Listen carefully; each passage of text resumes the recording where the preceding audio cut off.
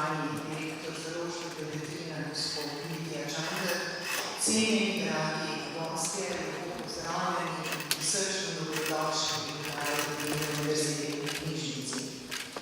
Danes ne obeležujemo le svetovnega in slovenskega praznika knjige, ampak dogodek posvečamo tudi življenjskemu jubileju pisatelja Draga Jančarja.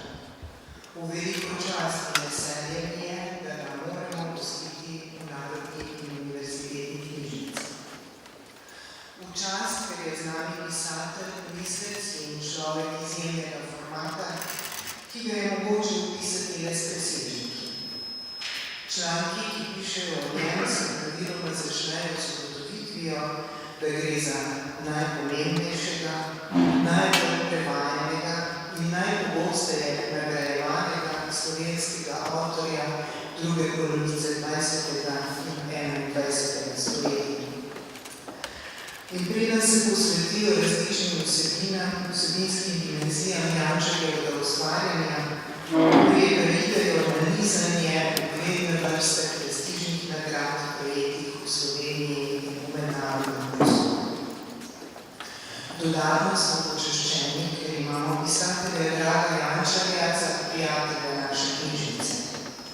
Z dosledno skrbjo, da njegova dela, ki izidejo v tujini, najdejo pot v zbirko Narodne univerzitetne knjižnice, izkazuje spoštovanje in podporo našim prizadevanjem, da se sedanje in prihodne generacije ustvarimo čim bolj popolno nacionalno zbirko, ki je hkrati tudi eden pomembnih stebrov naše nacionalne zavesti. Skupaj z vami, dragi obiskovalci, se srečanja in pogovora veselimo tudi kot bralci, ki smo v Jančarjevih delih doživeli nove življenja in morda zaradi tega bolje razumeli in bolj polno živeli vsak svoje. Mnogo življenje je tudi naslov Jančarjeve knjige, v kateri bo v nadaljevanju tekla beseda. Antologije novel in kratkih zgodb iz zbirke Smrt Mariji Snežni, Pogled angela, prikazov iz Slovenske in drugih, knjige, s katero se Založba Beletrina poklanja avtorjevemu jubileju. Letnico 2018 nosijo tudi nove izdaje Jančarjevih najpomembnejših romanov, za katere so v jubilejnem letu poskrbele različne slovenske založbe. V Narodni in univerzitetni knjižnici pa se v duhu katalonske tradicije v Čečilu pridružujemo s Šopkom Rošo. In v imenu knjižnice in vseh tu zbranih cenjenemu pisatelju, dragemu prijatelju in velikemu Slovencu želimo še veliko ustvarjalnih in izpolnjenih let.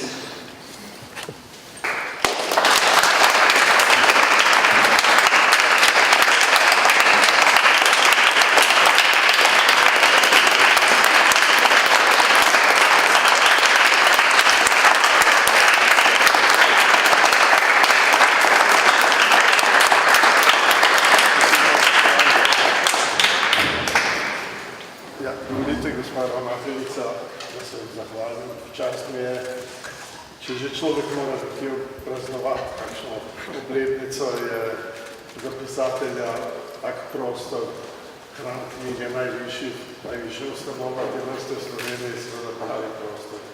Hvala, ker ste me povabili, hvala za prijatne besede. Hvala tudi zdaj, ker imam že besedo, po mojem ne bom več me dosti, če moj prijatelj, urednik Lidija Čander tudi. Hvala, bi se res zahvalil tudi vsem, ki ste prišli v tem krasnem pomladanskem dnevu, ki bi mu rekel Cvilko Smač na prvem stavku pomladnega dne pravi, bil je sveto pomladni dan, kot iz čistega se obral let. In komor se ljubi v knjižnici sedeti na tak dan, hvala. Najprej ne se tudi sam zahvalim najprej gospe ravnateljici, da nam je odprla hram. Res, kot je Drago povedal, ta čudovit prostor je prihranjen samo za največje in najbolj ekskluzivne priložnosti in res smo vsi počaščeni, da smo lahko danes tukaj. Seveda gre osrednja zahvala gospe ravnateljici in njenih sodelavkah in sodelavci, Dragotu, da si je vzel čas in da kljub temu, da res ne nastopa več veliko, da je danes z nami v tej posebni priložnosti. Hvala vsem, ki ste danes prišli, kot je Drago povedal. Vsakdo, ki je prišel danes, šteje dvojno, oziroma je jasno, da ni zgolj izbežal pod kap, ampak je res posvečen in prijateljsko razpoložen v literature v najlepšem možnem smislu.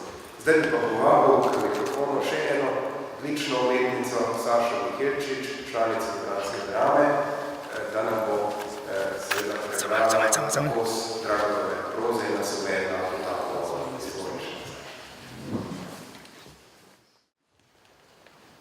Dopoldnega je srečala, zvečer je že bil v njenem stanovanju. To se seveda nikakor ne bi moglo zgoditi, če ga ne bi srečala v čisto posebnih, povsem nesumljivih okoliščinah in v čisto posebnem razpoloženju, ki jo je spremljalo zadnje dni. Tisti dan še posebej. Že malo po 9 uri zjutraj je bila v teatru, ob zgodnji uri za gledališke ljudi. Videla je zgovorni vladarjev pogled. Kdor ima prejšnji večer predstavo, ta pač ob tej uri ne straši po hiši. Maša ni imela zvečer predstave. Že dolgo ne. Tudi dopoldanskih vaj ne.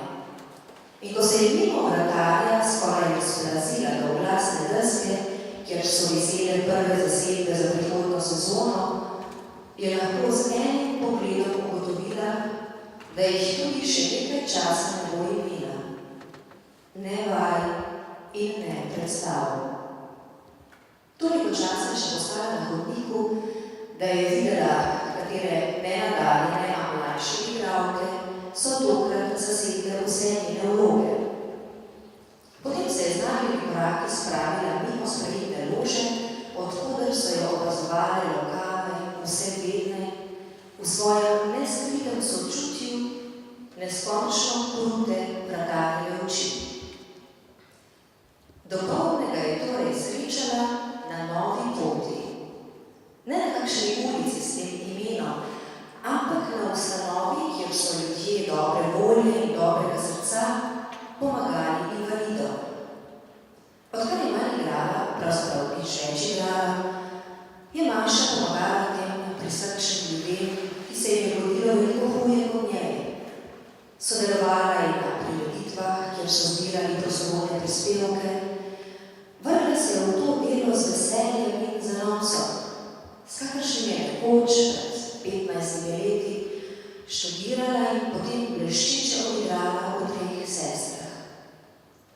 Pred sprejetno pisarno Nove poti je čakalo nekaj ljudi na voziških.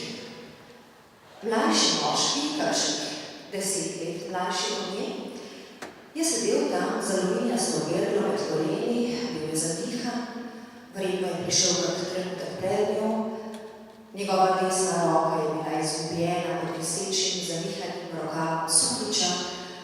Bila je, včasih bi pomislila, da posušena, če bi se sploh nasmenila zanjo, drobna, z negibnimi prsti, ki so moleli izpod rokava, je bila videti kot rokica otroka. Vi ste igralka, je rekel. Njegov obraz je bil širok, to je bil od sonca nasmejan. Nažalost, je nehote rekla. Mogoče je upala, da bo rekel, zakaj nažalost? Videl sem vas v 3 sestrah, na veselje, nažalost. Videl sem vas, ko ste želevali na dobrodelni tomboli, je rekel. Če bi takrat potegnili sedmico, je rekel, potem jaz zdaj ne bi sedel tukaj. Tukaj je sedel, ker je prišel po denarno pomoč. Kaj pa sem potegnila, je vprašala. 6, je rekel. 6 ste potegnili. Samo eno številko več 7 bi potegnili in me ne bi danes videli tukaj. Opazila je kaplje znoja na njegovem čelu,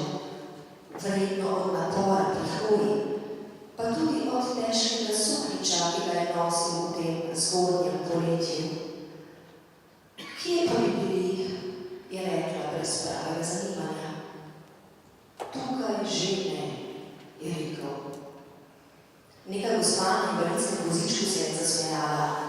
Na Floridi, je rekla. Florian bi bil na Floridi. Ko je prihajala iz pisarne, kjer se je dogovorila za naslednji nastop, je bil moški še zmeraj tam. Saj bi vas spremljal, je rekel in pogledal na svojo perlo, samo bolj pozno bi bili doma.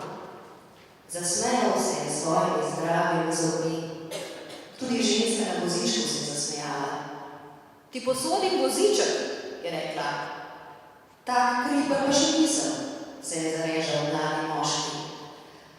Hvala, je rekla Maša. Sicer pa sploh ne grem domov. Malo se je zlagala. Res ni bila namenjena naravnost domov. Morda bo stopila v kavarno ali knjigarno. Ampak videla je, da v teater ne bo šla. V edino zgradbo v tem mestu, kamor bi res rada šla, kjer bi kaj hotela in ne znala početi. Tja ne bo šla, ker tam nima kaj početi. Do aprila prihodnjega leta. Zdaj pa je junij tega leta. Zato bo zanesljivo šla domov. Skuhala se bo zelenjavno kosilo, kakor bo na mesto v teater hodila v svoje stanovanje vsak dan septembra, vsak dan oktobra, če se ne zgodi kak čudež. Ljubi Bog. Pomislila je, da bi se mogoče lahko sama sebi malo zasmilila, namesto da se ji smilijo ti invalidi, taj zbirlo in drobceno roko, ki se jih svojimi zdravimi zobmi smeje in bi jo mogoče celo res spremil domov. Popoldne je srebala svojo zelenjavno juho in zraven listala v časopisu, ko je zazvonil telefon. Ne bom se oglasila, je pomislila. Zvečer je premiera na mali sceni. Prijateljica mi bo pregovarjala, naj gre z njo. Zmigaj se malo, bo rekla svojim veseljaškim klepetarim glasom. Pa mi ja ne boš v petek zvečer ždela doma, daj nam, bo rekla, vsi te bodo veseli. Maša je vedela, da ne bodo veseli. Kdo naj bo vesel igralka, ki že nekaj let ni dobila pametne vloge? Ne bodo veseli, bodo pa prijazni. Kakor so ljudje prijazni s človekom, ki se mu je zgodila nesreča, z invalidom. Telefon je v stranu zvonil. In zdaj naj na odru še gledam one pokorne punčke, naj jih s cvetjem posujem. Ne bom odklenila telefona, je pomislila. Vseeno je vstala, rekla bo, da se slabo počuti. Maša, je rekel moški glas v telefonu, tukaj je Florian. Kdo? Spomnila se je mladega moškega z nove poti, kako veselo se je smejal s svojimi mogočnimi zdravimi zobmi. Florian, tisti, ki ste mu izžrebali šestico, lahko mi rečete tudi Cvetko. Ni bila prav razpoložena za to, da bi nekomu komorkoli rekla Cvetko. Tukaj je stanovanje Veronike Ploj, je rekla in hotela spustiti slušalko. Vem, je rekel. Kličela pa vas Maša. Igrali ste v 3 sestrah. Nekaj časa je molčala. Kje pa ste dobili mojo številko? Je vprašala. Vas povabim na kavo, je rekel samozavestnim, pravzaprav nekoliko predrznim glasom. Ali pa na kozarec vina. Vam bom povedal, kaj bi storil z denarjem, če bi vi takrat potegnili zrnico. Zasmejal se je. Hotela je reči, da je niti malo ne zanima, kaj bi storil s tistim denarjem, da je ni ne do kave in ne do vina, ne do premiere na mali sceni sploh, do ničesar. Da tudi nikomu ne bi rekla Cvetko, da njej ni treba reči Maša. Čeprav je res tako kličeno vse od takrat, ko je res igrala Maša.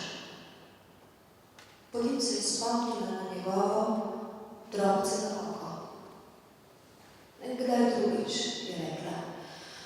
No, to je bilo gledališče.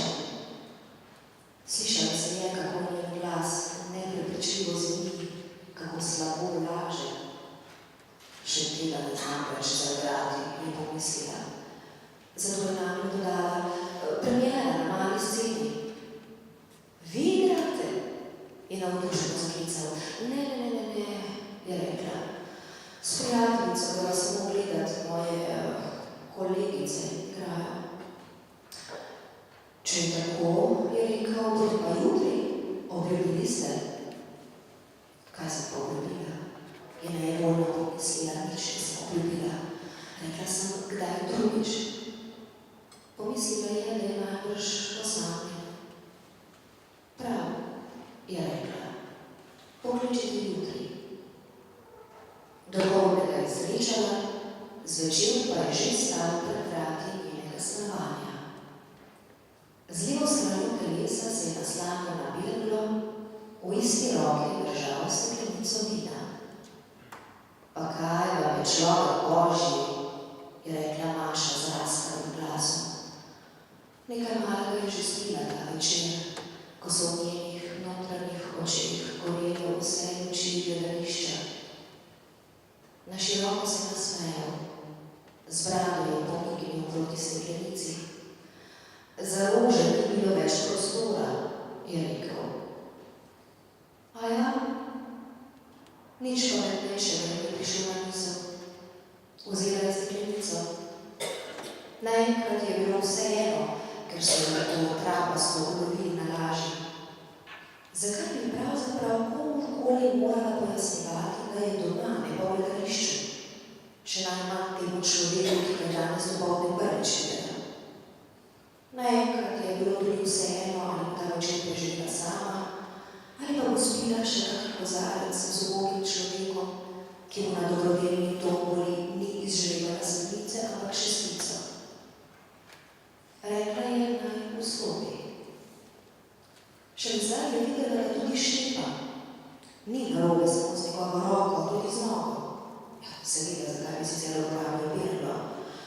Mogoče da bo morala vprašati, kaj se je zgodilo. Rekla je, naj vstopi. Vstopil je. Sprednjo je snel težki suknič in ga vrnil na obešalnik. Potem se je razgledoval v dnevni sobi in se ustavljal pred fotografijami z njenih predstav. Rekla je, naj sede. Sedel je. Skušal je odčepiti steklenico, vprašal je, ali sme on. Potem je z levo roko lahkotno uhašil butelko. Hvala, je rekla, da bi prikrila občudovanje na njegovo telesno spretnostjo. Malenkost, je rekel. Danes dopoldne ste bili videti nekako obupani, je rekel. A veš, no, je rekla. Kako je pa to videti?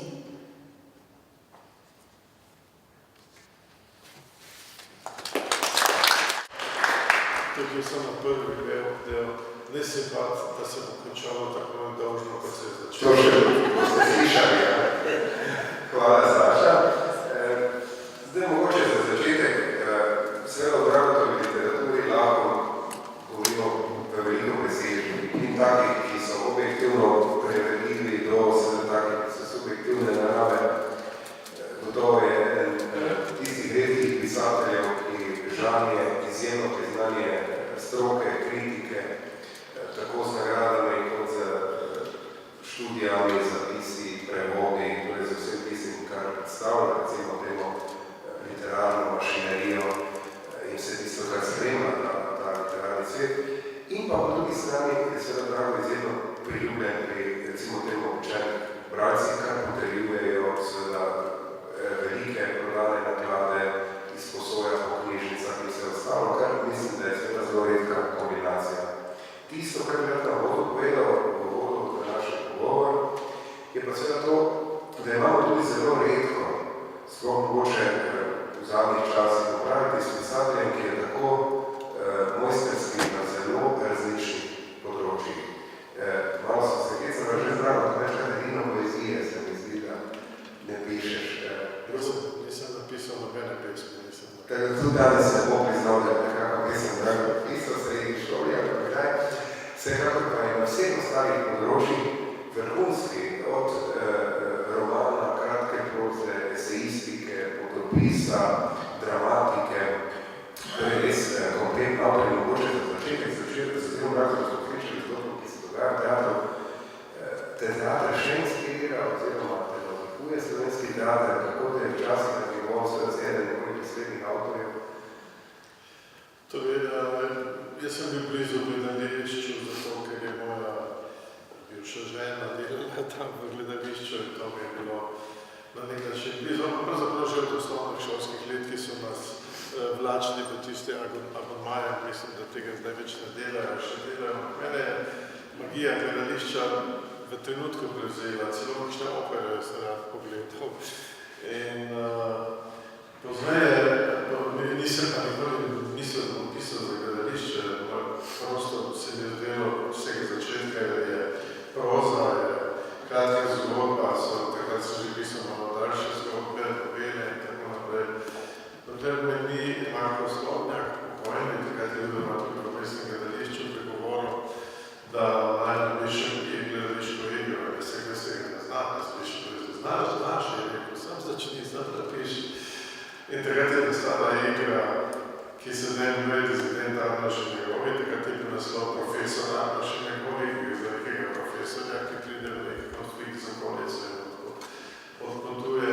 Pozneje so to zaostrila zaradi, na njegov predlog, zaradi političnih razmer in malo večjega učinka. In takrat naprej me je za nekaj časa gledališče kar spremljalo. Gledališče je nekaj posebnega zato, ker da težko govorimo o današnjem gledališču, ki je malo drugačno od tistega takrat. Ko vstopiš v ta prostor, nenadoma stvari drugačne, nenadoma smo gledalci, jaz sem predvsem za gledalca, igralci, vse, kar spada znamo, scenografija, kostumografija, vstopiš v nek magični prostor in temu verjamem, včasih verjamemo temu bolj kot filmu, ki je veliko bolj realistični in tako naprej. Vemo, da imamo pred slabo resnične ljudi, vemo, da ti ljudje igrajo nekaj, kar niso oni, kar je izmišljeno in kljub temu nas to na nek način zelo hitro posrka vase. Potem sem napisal še precej iger, ker se je šlo to po raznih festivalih, nagrade, to vleče eno za drugo.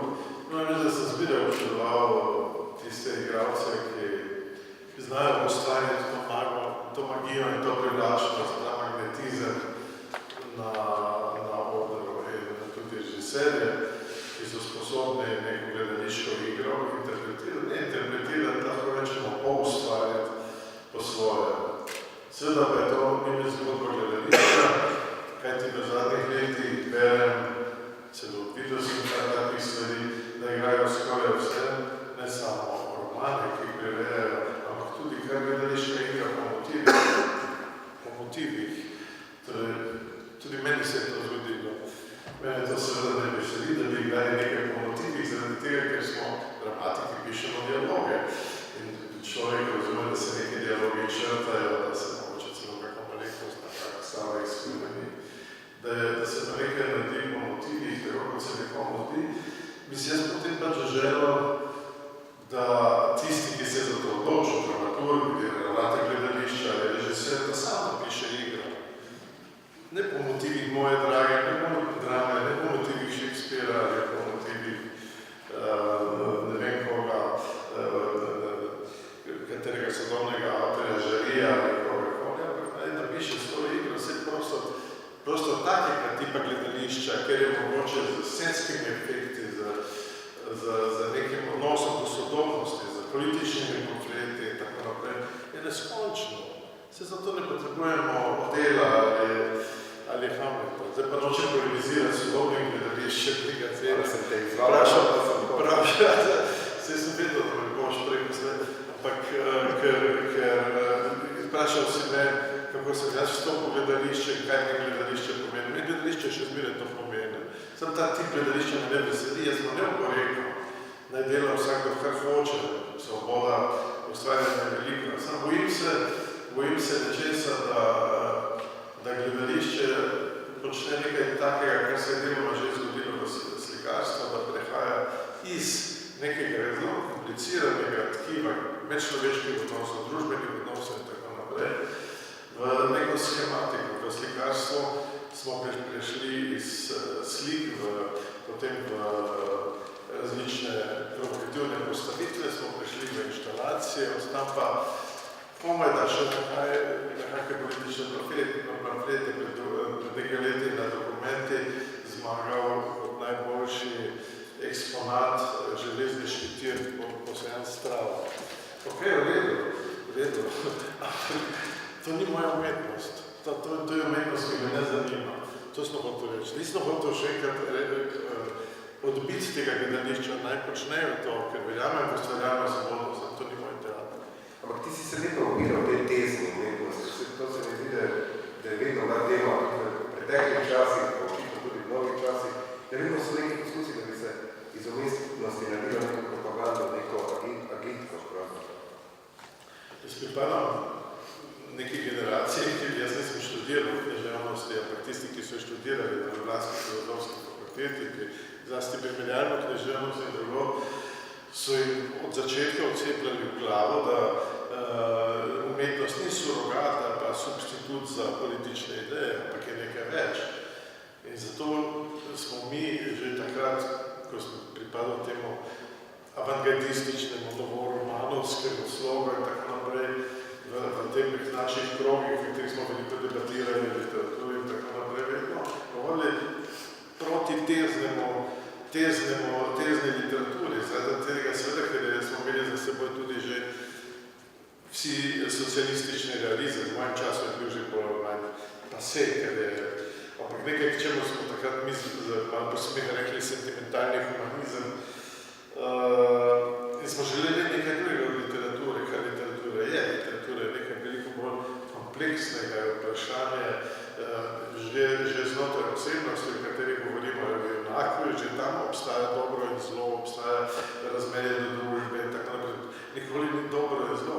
Medtem ko, če se literatura da, če se vpreže v politično agitacijo, običajno, zelo redki primeri so, da recimo nekaj od Majakovskega je ostalo, nekaj od Ezra Pounda in tako naprej. Tudi takšna literatura obstaja, ampak zelo malo te literature je pravzaprav obstalo kot literatura. Zato zame to ni bilo, kada smo želeli spregovoriti direktno o nekih političnih odprtih problematičnih, ker sem napisal članek ali esej, nisem za to uporabil literaturo. To pa ne pomeni, da moje knjige, zlasti zadnja dva romana, ne odpirajo bolečih, traumatičnih, družbenih tem, ki pa so predvsem človeške teme, ki so predvsem traumatične teme posameznika. No, ker mesec, če si lahko osebno pripombo, govorim enako zdaj na začetku 90-ih, ali prvi polovici 90-ih, ko sem študiral primerjalno književnost, isto je bilo, bil je občutek, da se je teznost iz literature, iz umetnosti že poslovila in da je to nekaj strašno naklonjega. Zdaj se pa na zadnja vrata skozi, recimo, na videz recimo politično korektnost in take stvari spet nekako vrača v svetu ta tendenca, kaj je zdaj korektno, kaj ni korektno, kaj je pravilni pogled, bodi si na manjšine, bodi si na politiko spolov in tako naprej. Jaz sem že pred 20-imi, mogoče celo več leti, ko se je pojavil prvič pojem politične korektnosti s tromami ameriškega liberalizma, enakosti, feminizma, vse, kar k temu spada, sem napisal esej z naslovom Pisateljevi ugovori zoper politično korektnost. Ne vem, če si bi ga danes upal objaviti. Mislim, marsikar sem se upal objaviti v nevarnejših časih. Torej, jaz sem se pogovarjal zoper politično korektnost, ker politična korektna literatura ni literatura. Literatura se ukvarja s težkimi stvarmi življenja, s težkimi stvarmi politike, z menjenjem vprašanj. To je po mojem literatura. In če je sposobna te mene stvari zajeti, ne da bi pri tem imela jasno stališče, potem je zame to močna literatura. Poglej, vsa ruska literatura 19. stoletja se tudi ukvarja družbenimi stvarmi. Pred 3 dnevi sem še enkrat prebral novelo Čehova z naslovom Kmetje. Izjemno precizna, krasna novela, ampak vseeno Rusijo tistega časa, tisto strašno, feudalno, nemogočno Rusijo, odpre skozi popolnoma osebne zgodbe. to literatura zmore.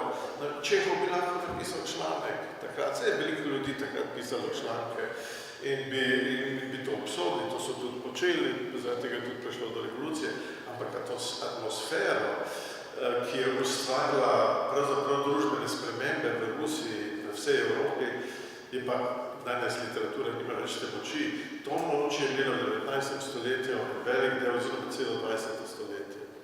Ja, tudi Dostojevski in številni ljudi so napisali veliko publicističnih tekstov, v katerih so zagovarjali razna stališča, romani so pa vedno še nekaj čez, pustili so nekaj odprtega prostora, tudi za vse tisto, kar je človeško neverjetno, je tudi doskrat paradoksalno, ujeto v nekaj nasprotja, tako kot je življenje. To, kar se je rekel, seveda ni naključje, da je naslov te antologije, kratke proze, mnoga življenja, mnoge usode, mnoge perspektive, mnoge lige, ne pa ena in ista teza skozi različne zgodbe. Ja, zato odločili smo se skupaj s svojo urednico in nekoliko tudi posvetovanju stavno za ta naslov. Seveda gre za mnoga življenja, ker je v vsaki od teh zgodb neko drugo življenje ali pa sam fragment. Jaz pač ne pišem impresij, ampak želim zmeraj v neki zgodbi, kot recimo v zgodbi Joyceovih učencev, če se ga spomnite, ampak ta hip sem se spomnil, da se del te novele dogaja v tej knjižnici. Novela o Joyceovih učencev, opustite, da to povem, ker so v združnici knjižnice. Novela o Joyceovih učencev pripoveduje o Borisu Furlanu, ki ga je James Joyce omenil v svoji monografiji, oziroma Elman omenil v monografiji o Joyceu. In James Joyce, veliki pisatelj jezika, mojster jezika, je Borisa Furlana učil angleščino, ker je bil v jezikovni šoli Merlit v Trstu. In ko je Boris Furlan bežal pred fašisti, se je umaknil v Italijo, ker ga je fašistična policija želela zapreti. In je sedel redno v tej novi knjižnici, takrat, ki je nastala, katerega leta je bila zgrajena 38, nekje, tik med vojno, katerega leta je zgrajena. Ja, zgrajena je bila, mislim, začeli so takrat 38. Ja, potem 41 so se pa vselili, ne? Sem se bal, ker včasih naredim kako stvarno napad. Pa me kdo potem opozori, da je to ni mogoče. Pisala smetov narediti, ker na vse zadnje imamo pri Shakespeareu, ki piše, kako zvonijo zvonovi v Juliju Cezarju, takrat še ni bilo zvonov. Moj brat pride v Ljubljano in sedi v tej knjižnici, v čitalnici velike knjižnice in bere časopise, če so bili tukaj časopise, bere časopise iz sveta in ugotovi, da je v Cirihu umrl njegov učitelj angleščine James Joyce, takrat še malo znan pisatelj. In ta del moje novele se dogaja v tem prostoru. Potem takoj pride Italijani in spet beži v London. To je že moj glede, sem ga zgubil nit pri centralnem vprašanju. Ne, če greva kar naprej, mogoče človek, ki pogleda na en tak antologijski izbor svojega dela, to komentirate. Kaj se ti zdi, recimo, da bi Andrej Grvar je bil kar malo nesrečen, ko je svoje zbrane pesmi, dobro, ti imaš seveda še kup romanov, pa Rampe, da ti je malo lažje. Je rekel, Mitja, samo to je ostalo, ena taka malo, hočeš še kak centimeter debelejša knjiga. Sem ga malo tolažil, sem rekel, da to je destilat, poezija, destilat, to je toliko teže. Ampak vendar le, seveda, v tej knjigi so 4 tvoje zbirke celotne, kot je bilo že v uvodu povedano, Pogled angela, Smrt pri Mariji Snežni, prikazan iz Rovenske in Človek je povedal tomu, pa tudi manjši izbor iz prvih 2 zbirk. Kaj ti je pomenila kratka zgodba? Ko si ti začel kratke zgodbe pisati, se mi zdi, da ni bilo to tako popularno početi, kot je potem kasneje, v 80-ih, recimo 90-ih, za neko obdobje postalo. Ne trdim, da je danes tako popularno, je pa bilo obdobje prav zaradi postmoderne in tega fragmentarnega sveta, v katerem se veliko govorilo.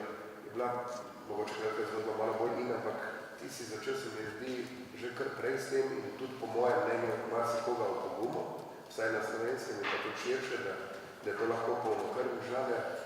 Ampak se mi zdi, da si v vsako zgodbo investiral res celotnega sebe. Nisi imel to kot neko vajo, trening za večjo stvar. V začetku se gledal vajo v slovo, potem. Ampak, če ti odkrito povem, bal sem se časa, ko bojo začeli izhajati tako debele knjige. Ker takrat so izhajale, da je nažalost, sicer malo več nažalost, ker so kvalitetne knjige zbrana ali pa izbrana dela pisateljev. In ko je enkrat se to zgodi, se ti, da spadaš samo še na kljubico, da nihče več še bo bral. Zlasti pri zbirkah novel je pa tako, da si človek želi, da bi te moje novele imajo 10, 12, 15 novel, ki se jih da v žep, se jih da tudi na avtobusu prebrati 10 strani novele, prideš do neke zgodbe, do nekega občutka, ali boš bral še naprej, ali boš še tako naprej. Pri taki veliki zajetni knjigi je to vprašanje. Tako da zmeraj sem se manj tega bal, pa kljub temu sem se seveda razveselil, ko ste se odločili, da boste vse te novele znova natisnili. Zlasti zato, ker knjige izginjajo. Nažalost, knjige, novele se glavno ne ponatiskujejo. In tudi danes se založniki predvsej otepajo novelističnih zbirk. Vsi bi radi imeli roman, po možnosti nagrajati s Kresnikom ali pa s kako drugo naj ne predolg, 120-130 strani, kdo bo bral 400-500 strani romana. To je neko nova založniška situacija, ki jo je deloma prinesel internet, fragmentarno branje in tako naprej. Ne vem, ne znam se tega prav razložiti, ampak rekli so mi tudi na tujem, to ni sam pojav v Sloveniji, da bi rešili kratke romane in tako naprej, da je bilo čas, ko so ljudje uživali v dolgih tekstih, ko so ga zvečer odložili in so rekli, fino, jutri ga lahko berem naprej. Zdaj ga treba na hitro prebrati. In zato so se bal, da se bojo takšne debele knjige ustrašili. Treba jim je povedati, da so kratke zgodbe notri, da je 10 strani, 7-8 strani, nekatere so samo 3 strani. In to je usoda novele. Novele jaz nisem nikoli pisal kot bi rekel, ostanke zgodbe, čeprav kot je naslovnike zgodbe, neke zgodbe tukaj, nekaj, kar mi ostaja od romana, nekaj, kar se mi zdi, da če mi je bilo treba napisati neko impresijo in tako naprej. Zmeraj se mi zdelo, da je to celota, čeprav kratka, ki je treba posvetiti nekaj časa, nekaj trenutkov življenja, nekaj ur dela, nekaj dni dela, nekaj mesecev dela. Recimo, novelo Človek, ki gledate, sem prav načrtno pisal kot zbirko novel. Novelo Pogled Angela pa sem na pobudo takratnega urednika revije Kajzerja pisal kot mesečno novelo. On me je prosil, ne vsak mesec napisal eno novelo, manj me je prisilo, ker sem jo moral napisati. Ampak sem jo napisal in je šla zbirka, ki je bila še tebi, ko si bil mlad študent. Inicirala literaturo Lesna, ki so takrat srednješolsko raziskovalno nalogo dobil nagrado potovanja v Pariz, ki ga sicer takrat nisi mogel realizirati, samo potem nekaj zdravo tam prišel v Pariz in tam so preživela leta trenutka. To je bila fascinantna zbirka novel, ki se je rekel tanka, sicer na pogled, ampak se je izjemno močna in razgibana v svoji tematiki povednih tega od intimnih zgodb do zgodovinskih celih pejsažev. Vidiš, tvoja potovalna agencija. Ja, mislim, da je veljal za sesije, bolj s Pariza. Imam neko asociacijo na to, da pravzaprav včasih imamo občutek, da pišemo v nekem majhnem jeziku, ki ne seže prav daleč in tako naprej. Tisti, ki se z njim ukvarjamo, vemo, da je to enako pomembno, ko se ukvarjate z velikim jezikom. Ampak ti si prebral neko novelo, nekaj napisal in šel v Pariz. Ko sem jaz pripotoval za Fulbrightovo štipendijo v Združene države Amerike, dobil sem Fulbrightovo štipendijo za umetnike, takrat je bilo 20 celotne Jugoslavije, Dušan Žavanja za slikarstvo, jaz pa za literaturo. In takrat sem šel v New Yorku v prvi kiosk in kupil razglednico, takrat smo si še pisali razglednice, ker ni bilo elektronske pošte. In sem napisal za svoji profesorici slovenščine, Jeni Pen, res novica, pravijo, da se slovenščina nikamor ne pride. Poglejte, kam se pride, v Amerika. Drago, ti si ogromno rad tudi na nek način potoval, ali pa kako bi rekel, tudi pisal. Zdaj sem pred kratkim poslušal tvoj kratek, zelo dolgovit tekst Prigumno. Ja, na radio, kako sediš v kavarni. To je nov. To je nov, ne. Tudi letos izide zbirka tvojih potopisnih utrinkov pri Cankarjevi založbi ob vseh drugih knjigah. Kaj so ti dala ta potovanja, pravzaprav in to mešanje prostorov? Se ti zdijo na nek način nujen del umetnikovega formiranja, razmišljanja? Ne, jaz mislim, ker sem malo prej ravno Kosomača citiral tega prvega stavka v knjigi Pomladi, nas imamo še nekaj drugega njegovega stavka, ampak ga ne bom pravilno citiral. Pravi, tudi v zadnjo temno dolino posije luč velikega sveta. Sem pravi, Tome, ti ga poznaš. To se pravi, lahko pišeš o nekih zelo marginalnih stvareh, o zelo majhnih stvareh in vendar pišeš univerzalno literaturo. Za literaturo to ni odločilno. Recimo, če vzamemo, ne vem, moj predzadnje knjige, se taki so zdaj ti izdave, se je že začela prevajati. Jaz govorim tam o neki zelo slovenski zgodbi, v tej knjigi še bolj, o neki tako rekoč naši neki družinski zgodbi družine Hribar, zdaj že splošno znamo, ampak to je neka naša slovenska družinska zgodba. Vsi vemo, kakšne so te travme, kaj se je zgodilo enim, drugim, tretjim, kako so bili ljudje na različnih straneh. In kljub temu to berejo v najbolj neverjetnih deželah, ne samo v Franciji, Nemčiji, berejo tudi v Ukrajini, Rusiji, Kazahstanu, vem, vse grški, albanski prevod prihaja.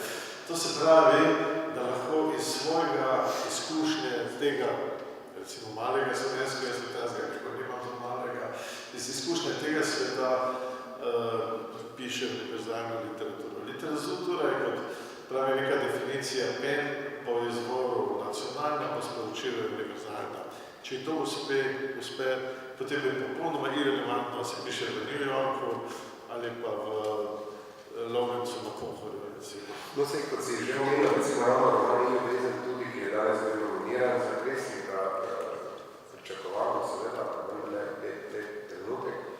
In ogromno si se tako v kratki prozi kot seveda v romanih ukvarjal za zgodovino, to zdaj ni neka novost, kar bom zdaj sam povedal, da je tvoj mojster se marsikdaj bilo tudi v tem, da si znal združiti to osebno prepenenje, upanje, strahove, včasih tudi zle misli posameznika s tem koloritom nekega transsubjektivnega, širšega dogajanja, da si znal tudi v preteklih časih poiskati tisto univerzalno oziroma tisto, kar nas povezuje v tej naši človeškosti. Te zgodovina nekaj fascinirala, zgodbe iz preteklosti, usode ljudi znotraj tega? Torej, zgodovina je veliko več kot moj hobi. Berem zgodovinskih knjig in najbrž je to neka taka poklicna poškodba. Občudujem zgodovinarje, ki se znajo še bolj poglobiti v te stvari. Jaz berem glavnem to, kar so oni naštudirali in kar so prinesli. Ampak glede literature in zgodovine, ko so Berta Eka so pogosto to spraševali, je rekel, kaj pa moram, če me današnji svet se zdi dolgočasno. Mene zgodovina zanima, je rekel. Ali pa Margarita Yourcenar, ki je rekla, isto vprašanje, zakaj ona piše zgodovinske tekste, pravi, a se ne želimo, da bi oživili te neverjetno zanimive ljudi, dogodke na ta način, da jih lahko tudi današnji bralec razume, da jih lahko jaz skozi svojo perspektivo. Vse to ni obdobo, če ona piše o Hadrianovi in Hadrianovih zapiskih, vse ne mogoče napisati, kako je Hadrian čutil mislo, kaj je hotel in tako naprej.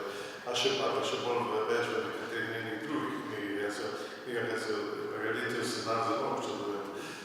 Berta Eka malo manj, ker je preveč pametno, neznanstveni. Medtem, ko je Margarita Yourcenar je pa prava, živa pisateljica.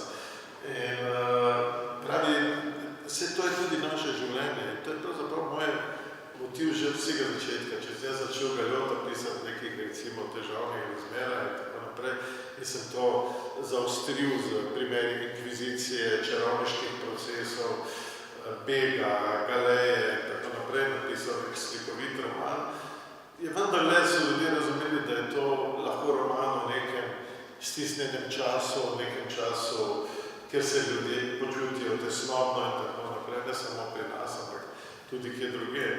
In zanimivo zdaj, ki je bil pred kratkim, je Galeot je šel v angleščini, in v Irish Times nekdo natančno to napisal, rekel, vse to je tesnoba našega časa, celo nek teror se pa pojavlja, neke stvari, ki se nam nekaj trenutko zdi, da jih ne moremo več obvladovati.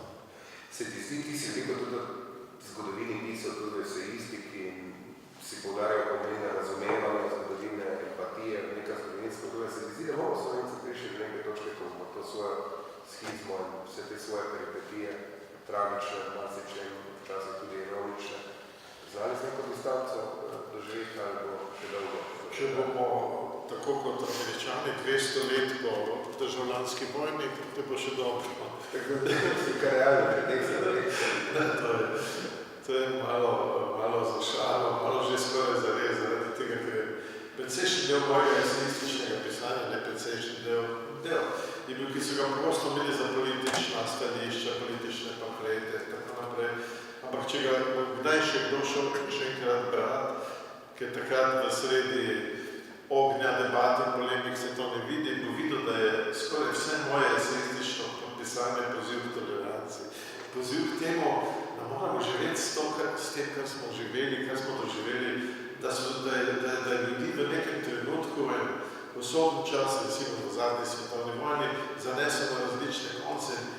Redko kdo med nami lahko popolnoma mirno reče, jaz bi se pa znal tako odločiti, jaz bi se pravilno odločil, jaz bi bil na zmagovalni strani.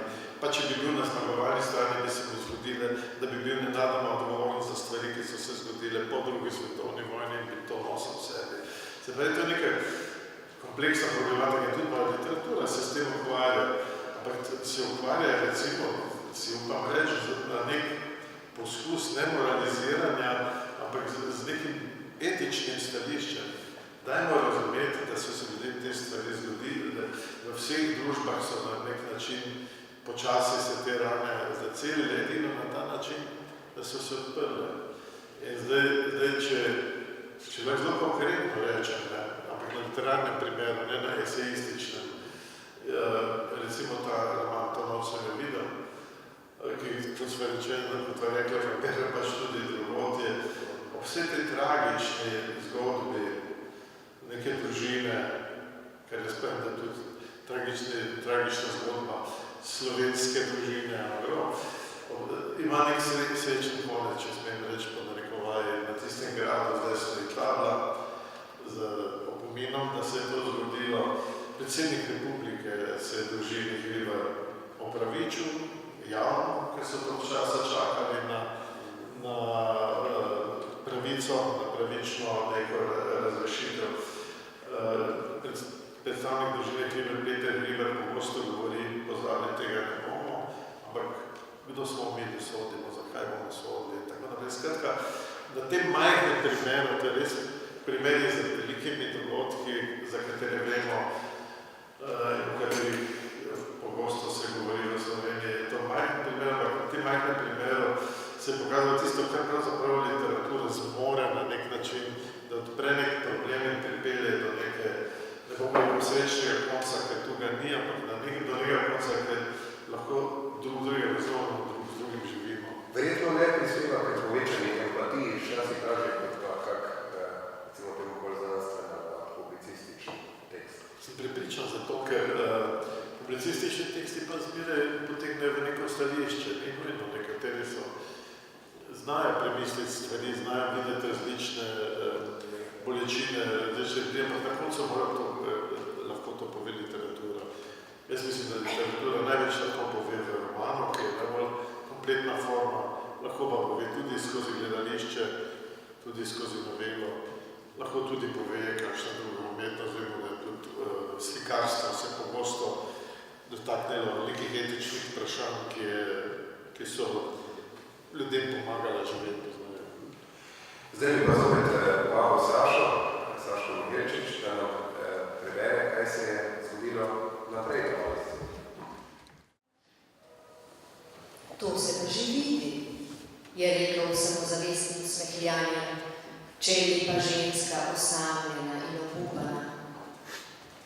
Mašo je popadal smeh.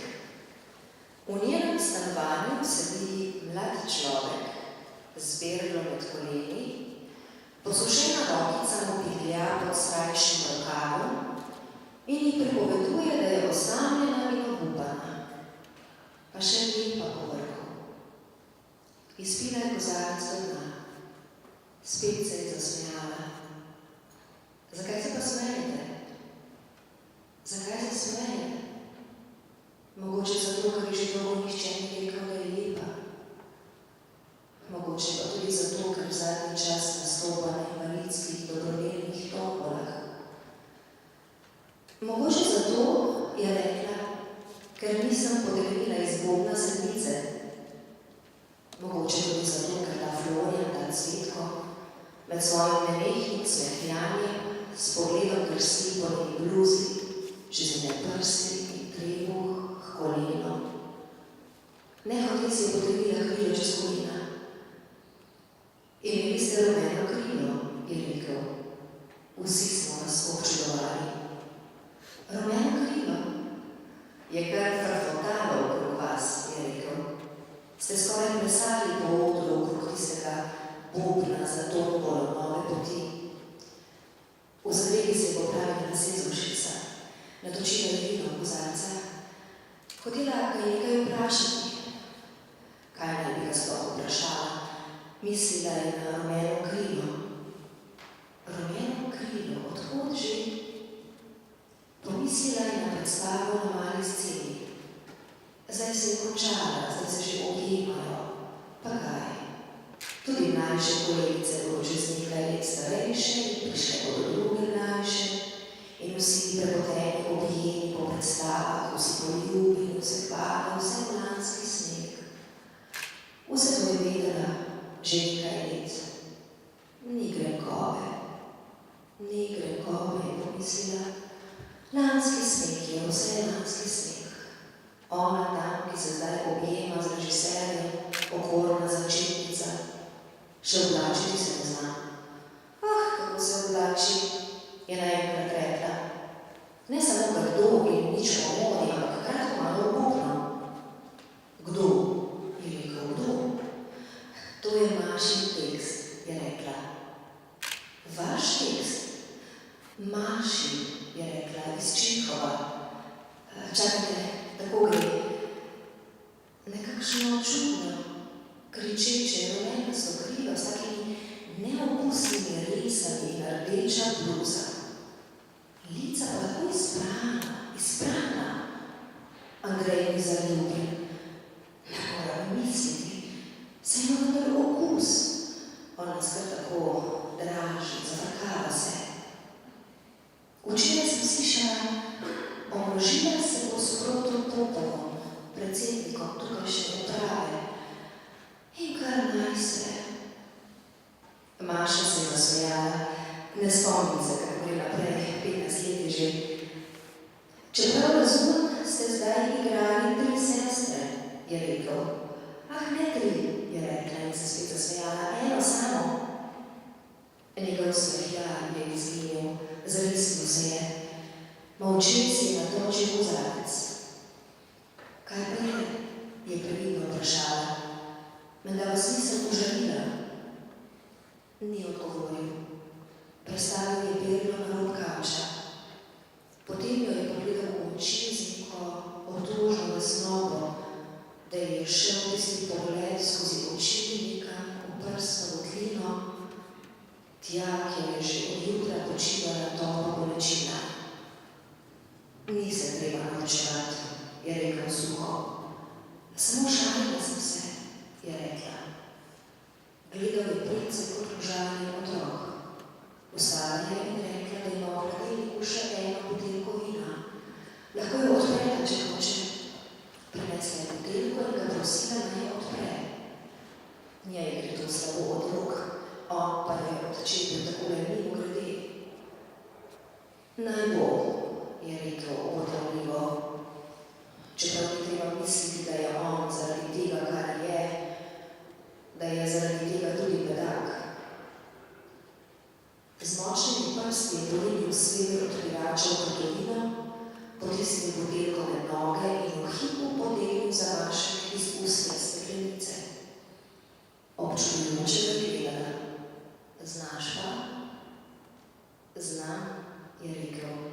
spet z nasmehom vse širši. Si opazila, da si me tikala? Znam tudi kaj drugega. Nekaj časa sem molčala. Še zdaj je gledala zdaj čez rob kozarca. Vino se je v meni osvetilo. V njenih lažnih očeh se je začelo nekaj iskriti. Veš kaj, Florian? Lahko mi rečeš tudi Cvetko.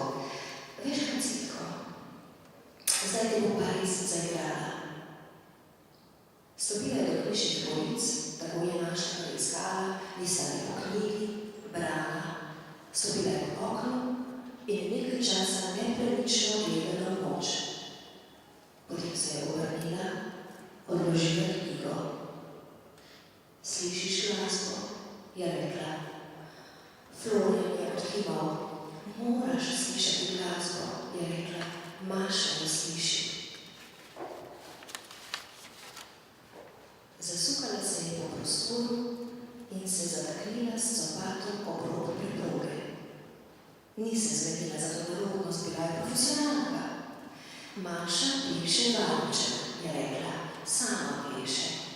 Potem reče, Maša reče, lahko tudi poje. Baron je pijan, baron je pijan, baron je pijan. Oh, kako je dragodba.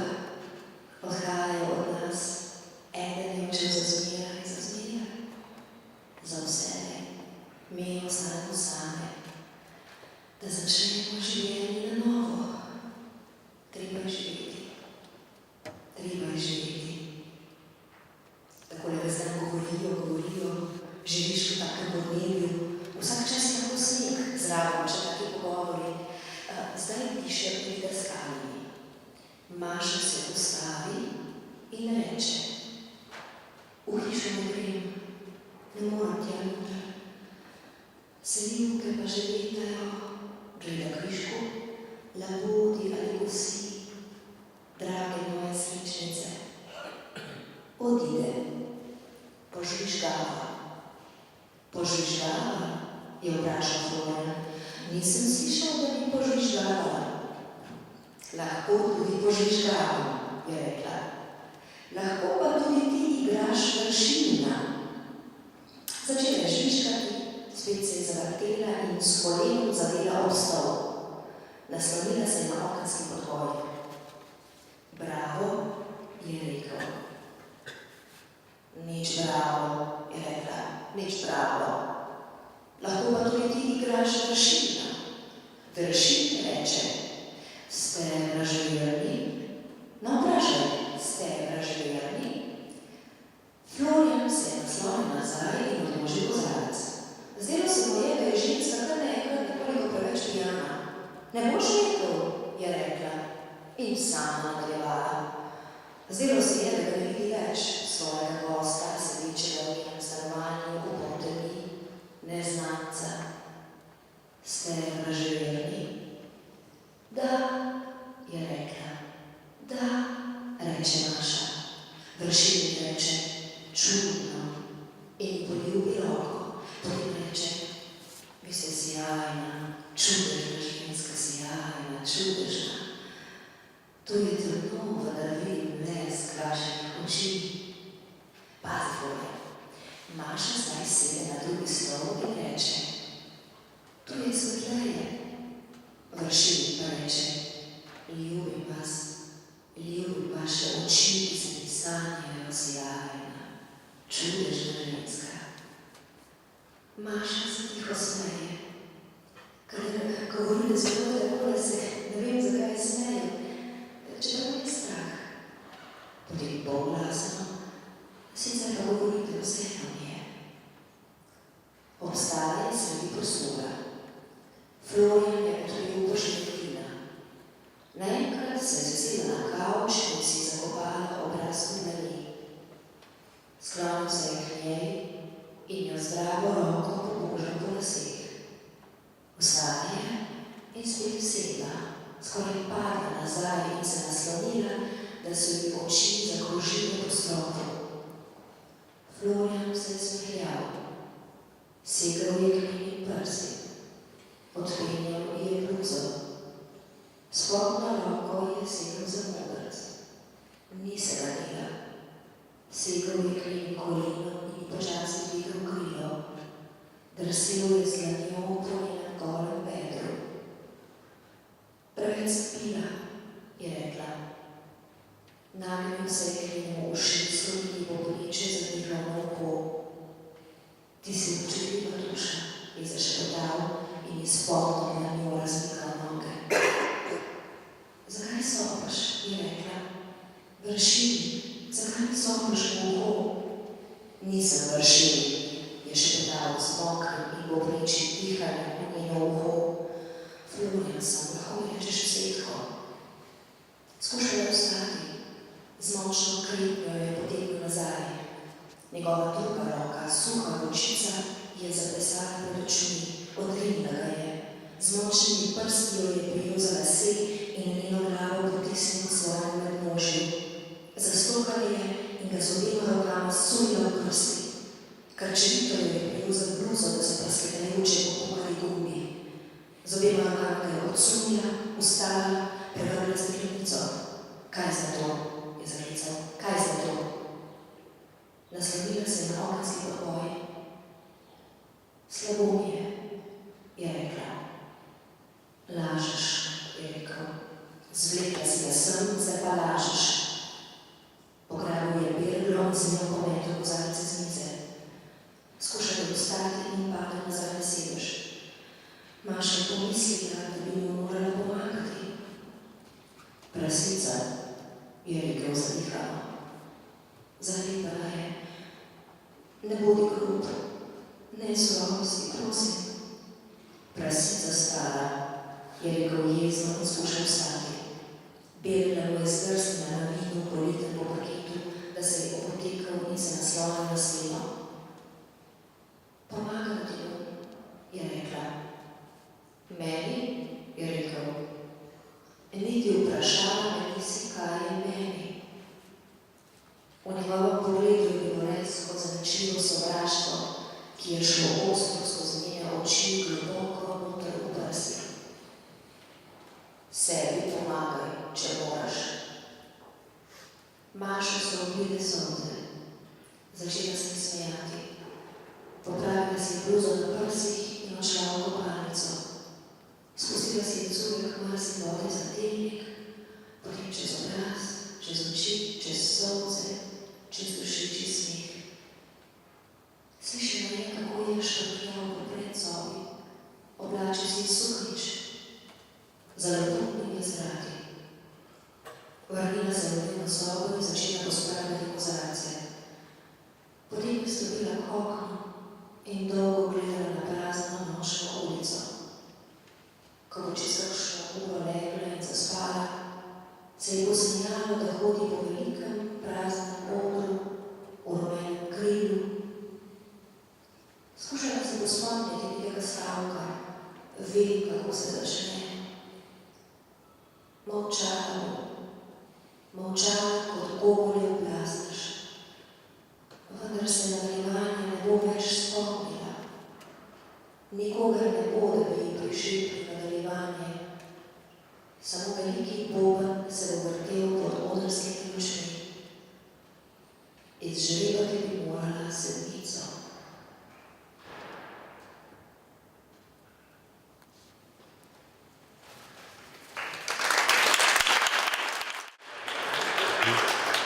Hvala, Saša, mislim, da ste slišali res odlično zgodbo o tem, kako dvoumno je življenje. Drago mi še proti koncu tega pogovora, ki sonce vedno bolj vidim, se spušča, vedno bolj pomračno postaja. Toliko krat smo slišali o koncu romana, koncu literature, koncu umetnosti, koncu zgodbe. Ampak vendarle, lahko ti gledaš na vse te konce in na te apokaliptične napovedi, ne nazadnje spet govorimo o koncu Evrope, o koncu duha. Zdi, da je kaj na tem, ali je to spet eno referenov, ki se ponavljajo skozi čas? V koncu Evrope je že prišlo Srečko Kosovel, ki je napisal pesem, ki se glasi Krasa, okrasa, smrt Evrope. To je bila seveda ironija, jasno, da je bila ironija. In če bi prišel preko konca Evrope, bi prej, to je pa verjetno konca romana, za obstaja na svetu, odkar so ljudje postali na nek način civilizirani, odkar so se začeli zgodbice pripovedovati, verjetno se tam začne, odkar so si začeli svoje izkušnje pripovedovati, svoje zgodbe. Recimo velika islandska literatura, Islandcev je 250 000 in so izvili neko sjajno literaturo. Kdo je razvil? Tisti priseljenci, ki so na nekih čovnih pristali na neki popolnoma neobljudneni, neprijazni, mrzli zemlji. Ob svojih večerih so si pripovedovali ognjišče, iz katerih so nastale sage, ki so vplivali na angleško literaturo, ki so neverjetni prispevek k svetovni literaturi. To se pravi, dokler se bodo ljudje začeli znali, a želeli pripovedovati zgodbe, dokler se bodo želeli prenašati izkušnjo prejšnje generacije ali pa drugih ljudeh, dokler bodo pripravljeni poslušati nekoga drugega, kaj se bo je zgodilo in do njega, ker si uporabil besedo empatija, da ga poslušati tudi z empatijo. Do takrat verjamem, da konca romana ni, da konca literature ni in tudi ni konca umetnosti. Čeprav se je umetnost zelo sama trudi, da bi se spodkopala pod dobravcev, pod dogledalcev in tako naprej. To ima eno teorijo Alain Finkielkraut, da evropska kultura sama sebi izpodkopava temelje, na katerih stoji. Tu nekaj je na tem, ker literatura oziroma umetnost gre podobno pogosto v najbolj drastične ekspedicije, provokativne ekspedicije, seveda zato, da bi zbudila pozornost, včasih pa tudi zato, da bi raziskala nekaj novega, ampak pogosto so to stranske poti. To se nam je dogajalo tudi v literaturi. Tudi v Sloveniji smo doživeli vso avantgardno pot. Jaz sem spremljal, ko sem ugotovil, da to ni moja pot, da mene zanimajo zgodbe in življenja. Smo prišli do neke knjige, ki se je imenovala Opus nič. Se vemo, da to je knjiga Francija Zagrečnika, Opus nič in nič in konec. Ampak kaj se je zgodilo? Nič se ni zgodilo. Literatura je šla naprej, jasno. Tako da jaz v to ne vem, ker sem prepričan, da bo, čeprav se velik del interesa premika k stvarnim stvarem, političnim stvarem, pragmatičnim stvarem, da bo zmeraj še ostal velik prostor za ljudi, ki jih zanimajo zgodbe drugih ljudi, estetska vprašanja in mogoče bo to neka elita, ampak obstala bo zanesljiva. Hvala, Drago. Jaz bi vas vse povabil, da si kupite knjigo, dobite Drago podpis, Mnoga življenja. Mislim, da res ekskluzivna lepa izdaja, tudi za spremno besedo Aleksandra Zorna.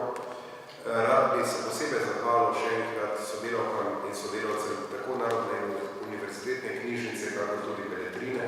Vsi skupaj ste se potrudili, da je danes res lep, slavnostni popoldne in večer, kot se spodobi za našega največjega pisatelja.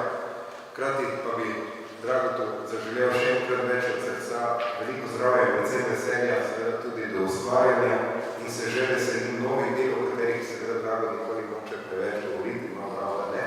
Sam pa seveda, kot se reče po štajersko, kar druga za nove zadeve. Najlepša hvala, Mitja, za to obveščilo, ki je prišlo na koncu. V teh dneh je prišlo veliko obveščil, moram reči, da smo kar nekoliko presenečeni, ker so ljudje, ki jih ne poznam. To pisatelj daje nek občutek, da bilo ima smisel, včasih se sprašuješ, za koga pišeš, a za neko kritiko, prijateljev, eno skupino. Ne, obstajajo bralci, ki berejo tudi moje knjige, ampak se dobil pa tudi zelo nenaradna sporočila. Recimo, nek moj prijatelj, že dolga leta prijateljuje, ki je prestopil to magično mejo, ki bi moral imeti, ki prestopam v teh dneh, oziroma sem že mi je napisal, ti še ne veš, kako so 70 leta zajebana. Oprostite, ampak kako mi je napisal. Ampak danes, preden se šel vsem, si pa dobil neko drugo voščilo, ki ga je napisal Zorko Simčič. Zorko Simčič je napisal mi tudi, da je star 93 let. In on je ena tistih vsot, o katerih sem prej govoril. Zorko Simčič je bil študent, bil je dijak v Mariboru, najprej so bežali pred fašizmom iz Italije, se je naselil v Mariboru in leta 1941 je rekel očetu, da gre za kak mesec v Ljubljano, da se mine prvi val, ker Nemci so skušali Maribor najprej Primorce z Difrat, so se bili najbolj sumljivi elementi, pa tudi tisti, ki so se prvi do 18 naselili. In ker bi on že izpostavljen, kulturni že delali v teh mladih letih, se je omaknil v Ljubljano. Začela se je vojna, začela se je revolucija, začel se je državljanski spopad in Zorko Sintič, ki nikoli ni oblekel reforme, se je pač po svoji vzgoji služil krščanski strani, dobil se na neko literarno nagrado, med vojno Prešernova nagrada se je imenovala. In leta 1945 odšel čez Ljubelj in očetu, ki mu je rekel, da se bo vrnil čez en mesec, vrnil se je čez 60 let, tam leta 92, to je že bil velik. To je ena teh usod slovenskih. No in Zorko Sinčič mi je danes napisal voščilo, je rekel, zdaj ste pristopili čas, ko nas čaka najlepša leta. Drago, še enkrat izjemite se.